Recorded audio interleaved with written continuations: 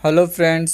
आज का हमारा टॉपिक है फाइनल सॉल्यूशन, जिसे महेश दत्तानी के द्वारा लिखा गया था, जिनका जन्म 7 अगस्त 1958 में हुआ था, बेंगलुरु में। ये एक इंडियन राइटर थे और इनको साहित्य अकादमी अवार्ड भी मिल चुका है। इस टॉपिक को पब्लिश करवाया गया था 2009 में और इसका थीम है कम्युनल राइट्स, हिंदू मुस्लिम, ह्यूमन वीकनेस और है सेल्फिशनेस। इस टॉपिक को 3 एक्ट में बांटा गया है, जिसमें हिंदू मुस्लिम दंगों को बताया गया है, जिसमें यह अफवाह फैलाया गया होता है कि मुस्लिमों के द्वारा हिंदुओं के भगवान की मूर्ति को तोड़ा गया है तथा पुजारी की भी चाकू मारकर हत्या की गई है। और इसी बात को लेकर हिंदू मुस्लिम में दंगा हो जाता है। साथ ही साथ इसमें कुछ विभाजन के समय में, पार्टीशन के समय में जो दंगे हुए थे उनके बारे में भी जिक्र है। और इसके साथ साथ जो राइटर है हमारे महेश दत्तानी, उन्होंने फीमेल कैरेक्टर के बारे में भी कुछ बताया है। उन्होंने बताया है कि जो महिलाएं हैं वे अब समझदार हो गई है, वे वक्त को समझ सकती है, वो घर के अंदर होने वाले कामों के साथ साथ बाहर होने वाले गतिविधियों को भी आसानी से अब समझ सकती है और उस पर निर्णय ले सकती है। इसके मेन कैरेक्टर्स के बारे में हम लोग जानते हैं। फर्स्ट कैरेक्टर है हार्दिका, जो कि अभी बुजुर्ग हो चुकी है, बूढ़ी हो चुकी है। इसकी एक दोस्त है जिसका नाम है जरीना, ये एक मुस्लिम लड़की थी। थर्ड कैरेक्टर है रमनिक, जो कि हार्दिका का बेटा है। नेक्स्ट कैरेक्टर अरुणा, जो कि रमनिक का पत्नी है, रमनिक की पत्नी है। नेक्स्ट कैरेक्टर है स्मिता, जो कि रमनिक और अरुणा की लड़की है, उनकी बेटी है। फिर नेक्स्ट कैरेक्टर है तस्नीम, जो कि स्मिता की दोस्त है और ये एक मुस्लिम लड़की है।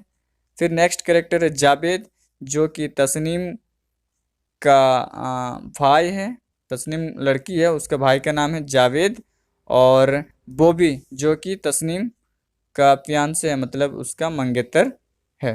तो चलिए टॉपिक को स्टार्ट करते हैं और हम लोग इसके समरी को आसान भाषा में समझते हैं। ये जो टॉपिक है फाइनल सॉल्यूशन, अभी स्टार्टिंग में जो हार्दिका है वो अपने बीते हुए समय के बारे में थोड़ा सा डिस्कशन करती है कि वो एक डायरी लिख रही होती है 31 मार्च 1948, जब वो स्टार्ट की थी लिखना, उस वक्त के बारे में बताती है। उसके बाद कहानी शिफ्ट हो जाता है प्रेजेंट टाइम में। तो चलिए स्टार्ट करते हैं। फाइनल सॉल्यूशन स्टार्ट होता है दक्षा या फिर हार्दिका नाम की एक औरत है, मतलब दक्षा का ही नाम हार्दिका है, तो हम लोग इस टॉपिक में इसको हार्दिका के नाम से ही जानेंगे, जिसकी अभी नई नई शादी हुई है। वो अपनी डायरी में लिख रही है 31 मार्च 1948, मतलब अब तक हमारा देश क्या आज़ाद हो चुका था। वो अपने बारे में लिखती है और अपने नए घर के अनुभव के बारे में भी बताती है। मतलब वो अब ससुराल में है और अपने ससुराल में होने वाले घटना और जो उसका डे टू डे लाइफ चल रहा है उन सभी चीज़ों के बारे में वो बताती है। वो बताती है कि हमारा देश भारत आज़ाद हो चुका है, परंतु उसे अभी भी घर के 4 दीवारी में कैद होकर रहना पड़ता है। उसके ससुराल वाले उसे बाहर जाने नहीं देते हैं, उसे घूमने फिरने की अनुमति नहीं देते हैं। हार्दिका को शमशाद बेगम नूर जहां के गाने काफ़ी ज़्यादा पसंद थी, क्योंकि वह एक सिंगर बनना चाहती थी। कौन? हार्दिका एक सिंगर बनना चाहती थी, लेकिन फैमिली के रेस्ट्रिक्शन के वजह से उसकी यह इच्छा पूरी नहीं हो पाती है। इसके अलावा उसे कभी कभी उसकी एक मुस्लिम दोस्त, मुस्लिम लड़की जरीना के घर घूमने फिरने आना जाने का, मतलब आने जाने का मौका मिलता था। वह लड़की जरीना भी शमशाद बेगम नूर जहां के गाने काफ़ी पसंद करती थी, जिस कारण से दोनों के विचार, मतलब हार्दिका और जरीना के विचार मिलते जुलते थे। इस वजह से दोनों के बीच में अच्छी खासी दोस्ती हो गई थी। अब जो स्टोरी है वो वर्तमान समय में आ जाती है। मतलब ये सारा जो घटना है यह हार्दिका बता रही थी अपनी डायरी को रीड कर कर कि वह उस वक्त लिखी थी, लेकिन अब हार्दिका क्या हो चुकी है, वर्तमान समय में वह बूढ़ी हो चुकी है। और वह बताती है कि गुजरात के शहर में करीबन 2002 के बाद की बात है कि गुजरात में हिंदुओं की देवता, मतलब गुजरात के एक शहर में हिंदुओं के देवता की मूर्ति तोड़ी गई है और यह अफवाह फैलाया गया है कि यह मूर्ति को तोड़ने वाला काम मुस्लिम लोगों के द्वारा किया गया है। स्मिता हार्दिका की पोती, स्मिता कौन है, हार्दिका की पोती, मतलब हार्दिका स्मिता की दादी लगेगी रिश्ते में, ठीक है। स्मिता फोन पे अपनी दोस्त तस्नीम तस्नीम के माता पिता से बातें कर रही थी।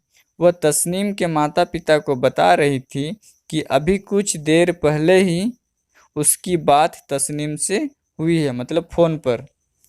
और बताती है कि उसके हॉस्टल, मतलब तस्नीम जिस हॉस्टल में रहती है उस हॉस्टल में बम गिराया गया है, धमाका किया गया है। ओके। स्मिता के पापा रमनिक, मतलब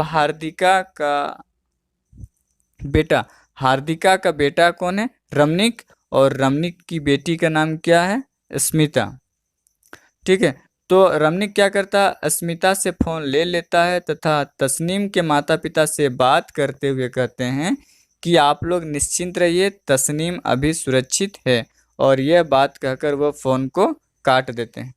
बाहर चारों ओर तनाव का माहौल था, दंगे हो रहे थे, भीड़ भाड़ था। हार्दिका स्मिता की माँ अरुणा से कहती है कि घर के खिड़की तथा दरवाजों की अच्छी तरह से जांच कर ले, मतलब सही से बंद है या नहीं इसकी जांच कर ले। हार्दिका के घर के बाहर रोड पर दो मुस्लिम लड़के जावेद तथा बॉबी खड़े थे। अचानक क्या होता है, वहाँ पर कुछ हिंदू धर्म के लोग आ जाते हैं और जावेद तथा बॉबी से पूछताछ करने लगते हैं कि तुम लोग कौन हो और तुम लोग कहाँ से आए हो और तुम लोग किस जाति के, किस धर्म के लोग हो, और साथ ही साथ उनकी तलाशी भी लेने लगते हैं। तो तलाशी लेने के दौरान उनके पॉकेट से मुस्लिम का टोपी, मतलब मुस्लिम धर्म के लोग जो टोपी पहनते हैं वही टोपी उनके पॉकेट से मिलता है। तो हिंदू धर्म के लोग बहुत गुस्सा जाते हैं, क्योंकि उन्हें तो मुस्लिमों से बहुत ही ज़्यादा इस वक्त नफरत था, क्योंकि उन्होंने मूर्ति तोड़ी थी। इस वजह से वे हिंदू धर्म के लोग उन दो बच्चों को, मुस्लिम बच्चों को जान से मारने का कोशिश करने लगते हैं। तो वे दोनों लड़के जान बचाने के लिए वहां से भागने लगे। पूरा हिंदू समुदाय के लोग, मतलब जो भीड़ में जो लोग थे हिंदू धर्म के, वे लोग उसके पीछे पीछे भागने लगे, मतलब उन दोनों बच्चों का वे लोग पीछा करने लगे।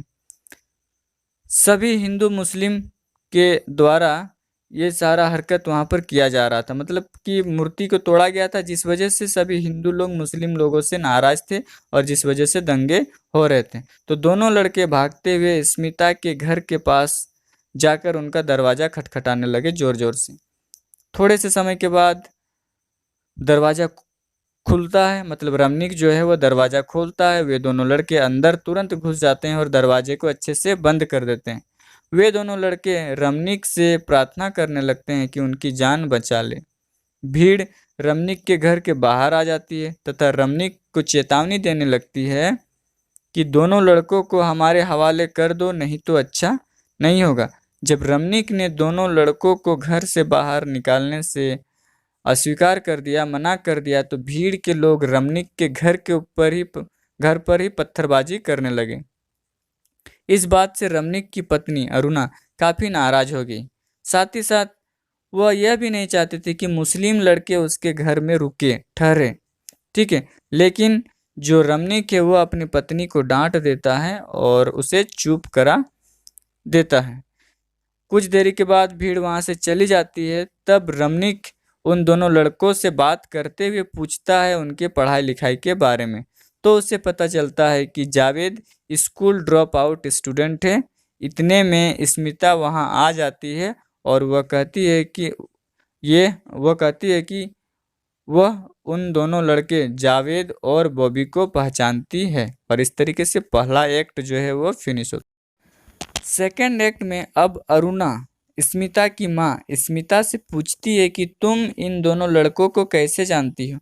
तो स्मिता बताती है कि जावेद तस्नीम का भाई है और बॉबी उसका मंगेतर है। मतलब तस्नीम का मंगेतर कौन है? बॉबी है।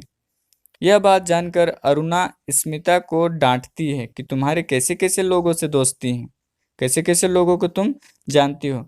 इस पर स्मिता बताती है कि इन दोनों लड़कों से हमें किसी भी प्रकार का नुकसान नहीं है। वह यह भी बताती है कि जावेद अपने माता पिता के साथ अब नहीं रहता है।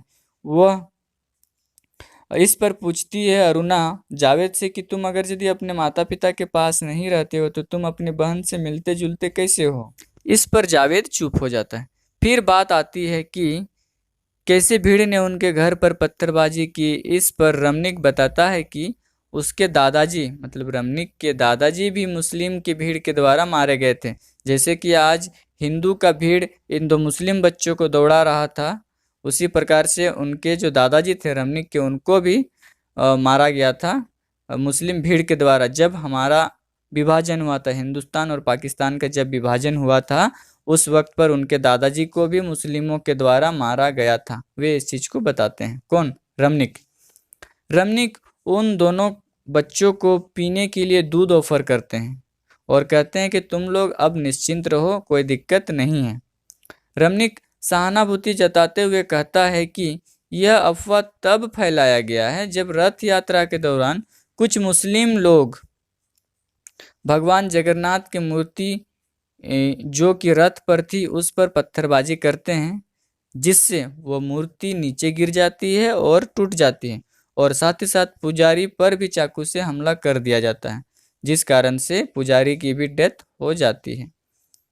जिस कारण से इस घटना के बाद पूरे शहर में कर्फ्यू लगा दिया जाता है। ओके। उसके बाद अस्मिता थोड़ी देर में वहां पर तकिया लेकर आती है और कहती है कि हमारे घर में पर्याप्त जगह नहीं है सोने के लिए, इसलिए तुम दोनों को छत पर सोना पड़ेगा। फिर स्मिता पूछती है बॉबी से कि वो यहाँ क्यों आया है। तो बॉबी बताता है कि वह जॉब खोजने के लिए आया, काम की तलाश में वो यहाँ पर आया था। फिर यह बात सुनकर रमनिक बॉबी को अपने कपड़े दुकान में काम करने के लिए ऑफर करता है। कौन?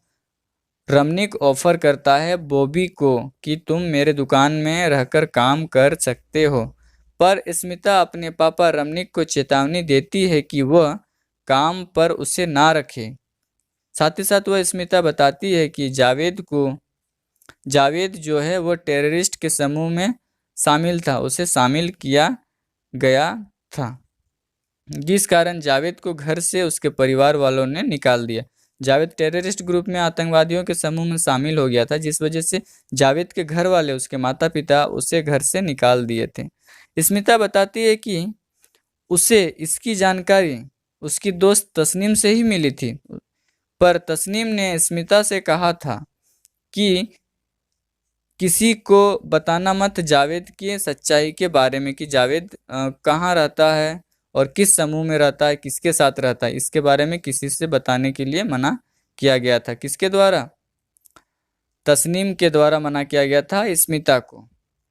लेकिन स्मिता यहाँ पर सब बता देती है और बताने के बाद वह चुप हो जाती है। जैसे कि कहावत है कि औरत के पेट में कोई भी बात पचता नहीं है, वो कहीं ना कहीं उस बात को बोल ही देती है। वैसे ही स्मिता को मना करने के बावजूद भी वो यहाँ पर इस बात को बता देती है और इस तरीके से सेकंड एक्ट भी समाप्त होता है। अब थर्ड एक्ट में अब रमनिक जावेद से पूछने लगता है कि वह कैसे टेररिस्ट के ग्रुप में शामिल हुआ था।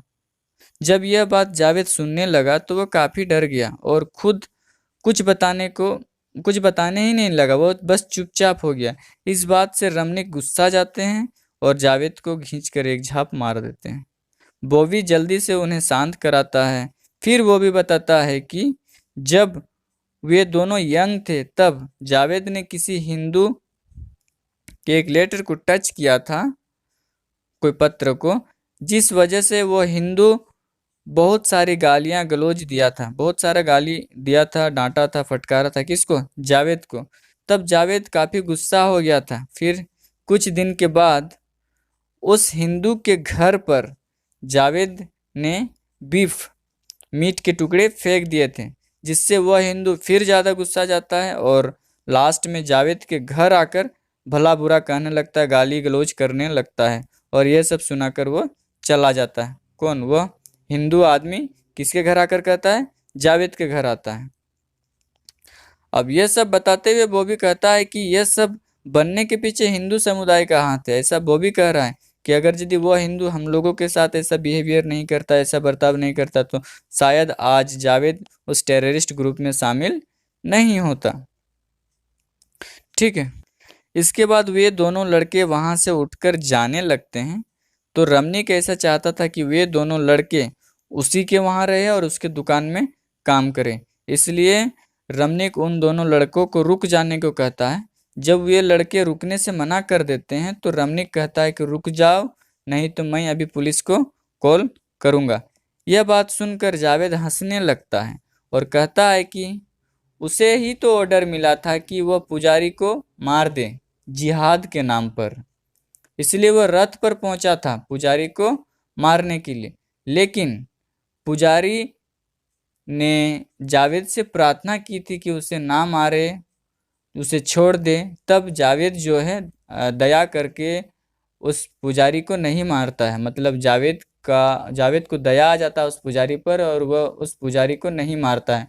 जावेद के हाथ में जो चाकू रहता है वह चाकू दूर फेंक देता है। लेकिन इतने में क्या होता है कि कोई दूसरा उस चाकू को उठा लेता है और पुजारी को मार देता है, जिससे पुजारी की मौत हो जाती है। मतलब यहाँ पर कहा जा रहा है ऐसा कि जावेद जो है उसने हत्या नहीं की, हत्या किसी और ने की है। लेकिन हत्या करने का मेन पर्पस किसका था? जावेद का ही था, उसी को करना था, लेकिन उसने ऐसा नहीं किया था। फिर अस्मिता तथा अरुणा वहां आती है और पानी पीने के लिए उन लोगों से पूछती, क्या तुम लोग पानी पियोगे? और बॉबी का सहायता करने के बारे में भी वो लोग बात करने लगती है। कुछ टाइम बाद बात होने के दौरान अरुणा के बारे में पता चलता है कि वह अपने धर्म को लेकर काफी स्ट्रिक्ट है। इसलिए उसका बहस स्मिता के साथ हो जाता है और स्मिता चैलेंज करते हुए कहती है अरुणा से कि तुम धर्म के प्रति अंधी हो गई हो, तुम्हें बस अपना धर्म ही धर्म दिखाई देता है, मानवता दिखाई नहीं देता है। यह बात सुनकर अरुणा नाराज हो जाती है और नहाने चली जाती है। इधर स्मिता, बॉबी और जावेद भी पानी लाने चले जाते हैं। फिर बात बात में पता चलता है कि स्मिता और बॉबी एक दूसरे से प्यार करते थे। कौन कौन? स्मिता और बॉबी एक दूसरे से प्यार करते थे, पर जातीय भेदभाव होने के कारण दोनों का रिश्ता टूट जाता है और फाइनली वे दोनों अलग हो जाते हैं। और अब बॉबी जो है वो तस्नीम का मंगेतर बन चुका है। तस्नीम का मंगेतर बन चुका है। कौन? बॉबी। तीनों कोई फ्रैंक दोस्त बन जाते हैं तथा एक दूसरे पर पानी छिड़कते हैं, हंसी मजाक करते हैं। इसके थोड़ी देरी बाद बात बात में यह बात सामने आता है और हार्दिका को याद आ जाता है और वह बताती है कि जब वह एक बार अपनी दोस्त जरीना के घर गई थी, जो कि एक मुस्लिम लड़की थी, तब हार्दिका के पति ने हार्दिका को काफी पीटा था, जिस कारण हार्दिका भी इन तीनों को डांटती है, क्योंकि वे दोनों अलग धर्म के थे और ये लोग अलग धर्म के थे। इसलिए इसलिए हार्दिका इन बच्चों को डांटती है। पर स्मिता के पापा मना कर देते हैं। वे कहते हैं कि यह बात आपकी बात तब की थी और आज का वक्त बदल चुका है, इसलिए हमें इन बच्चों को डांटना नहीं चाहिए। ओके। फिर क्या होता है, अरुणा नहाकर वापस आती है और तब बॉबी अचानक अरुणा के छोटे से मंदिर में चला जाता है। अरुणा के घर में एक छोटा सा मंदिर होता है, मतलब इन लोगों के घर में। उसी मंदिर के अंदर कौन चला जाता है? वो भी चला जाता है और जाकर भगवान की मूर्ति को छूता है तथा सामुदायिक मिलनता और ये जो भेदभाव, ये जो दंगे फसाद, इन सभी चीज़ों के बारे में वो थोड़ा सा बात करता है और उस मूर्ति को जिस स्थान से उठाया था उस स्थान पर रख देता है।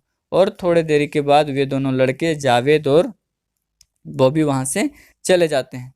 कुछ देर तक रमनीक जो है अपनी माँ हार्दिका से बातचीत करता है और इन सभी मुद्दों के बारे में डिस्कशन करता है। साथ ही साथ अपने पापा और अपने दादाजी की किस तरीके से मौत हुई थी दंगों में, या फिर जिस किसी कारण से, उन सभी चीज़ों के बारे में भी ये लोग आपस में बातचीत करते हैं। और इस तरीके से ये जो टॉपिक है फाइनल सॉल्यूशन, जिसका अर्थ होता है अंतिम समाधान, लेकिन इस टॉपिक को पढ़ने के बाद पता चलता है कि इस टॉपिक में किसी भी प्रकार का कोई अंतिम समाधान दिया गया नहीं है, मतलब इसका कोई भी सॉल्यूशन निकलता नहीं है। और इस तरीके से ये जो टॉपिक है वो फिनिश हो जाता है।